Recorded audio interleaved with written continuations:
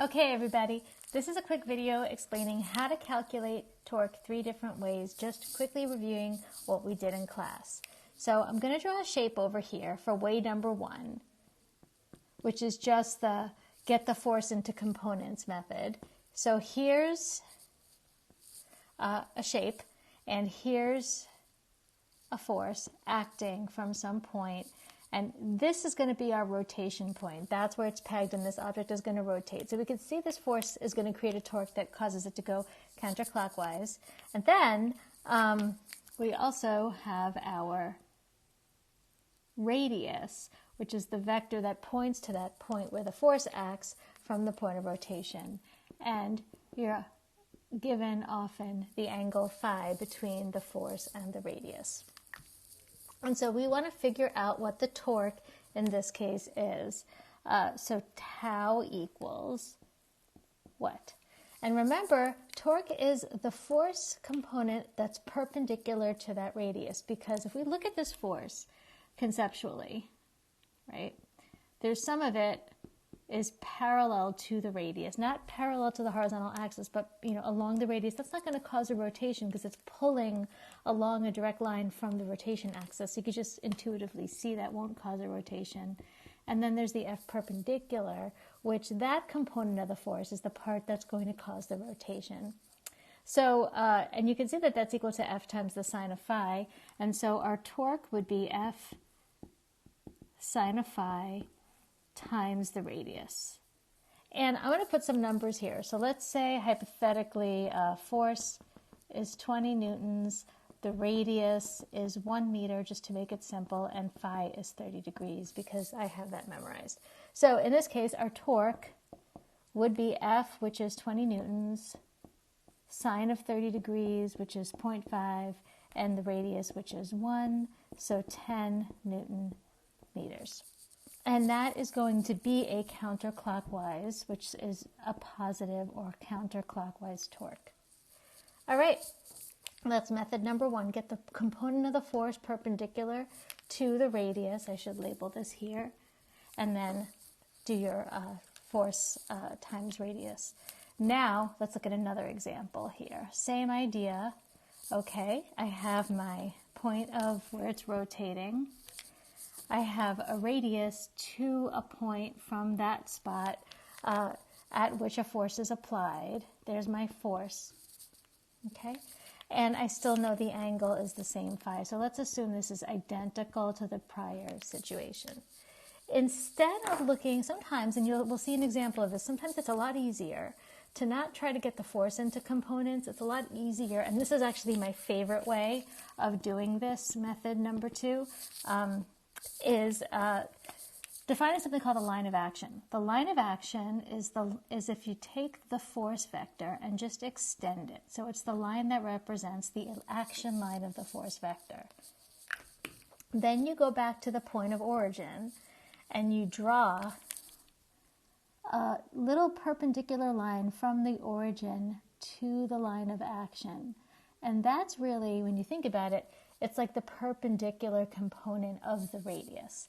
This is called the moment arm, which I know is language you might have heard before. This here is the line of action. So what you could see is if this angle in here is also phi, which it is because those are vertical angles, our perpendicular is just r sine phi. So instead of doing the perpendicular component of the force times the full radius times, you can do the perpendicular component of the radius times the full force. You're going to get the same thing because you're going to wind up multiplying the same 3 numbers. So in this case, you're going to have r perpendicular times the full F, while r perpendicular is just r sine phi times F, which is just F. And you'll see that it's the same, just in a different order. And so again, you get 10 Newton meter, and it's counterclockwise and positive. Okay, so both of those are equivalent. You'll see this is potentially much more useful, even if it feels less intuitive to start. Then finally, there's the most rigorous definition of torque. So let's take the exact same picture one more time. Let's put our origin over here. Let's draw our radius to some point where the force is applied. Let's draw the force, which is pulling up this way, and then we have an angle phi between them. Now this is a little harder to see, but if we imagine taking that force and just kind of sliding it over here, so it's lined up in the same spot as the radius, just to see them sort of on a coordinate plane. And in fact, I'll draw that as a coordinate plane over here. So I have my force vector, which is more or less straight up, F, and then I have my radius vector, which is like this, and the angle between them is phi. If you remember from when we studied vectors, there was a thing called a cross product, which was R cross F, or which was when you cross two vectors. I'll write it, I'm going to put it in white up here at the very top.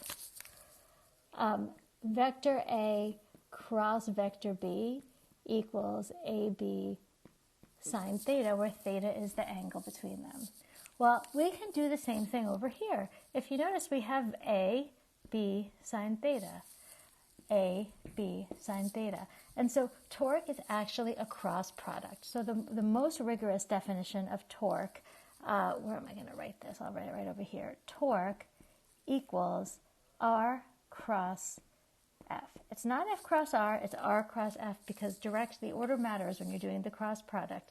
And all that is R times F times the sine of the angle between them.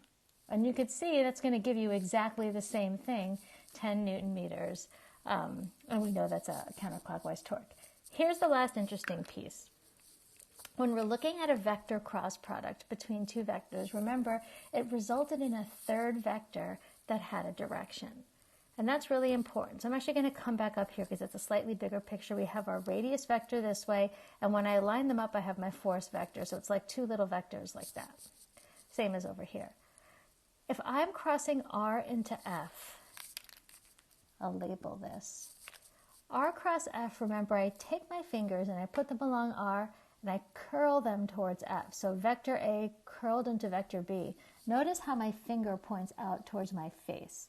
That's actually the technical definition of the direction of the torque. It's not the direction of the rotation, it's just this random thing that represents the direction of the torque.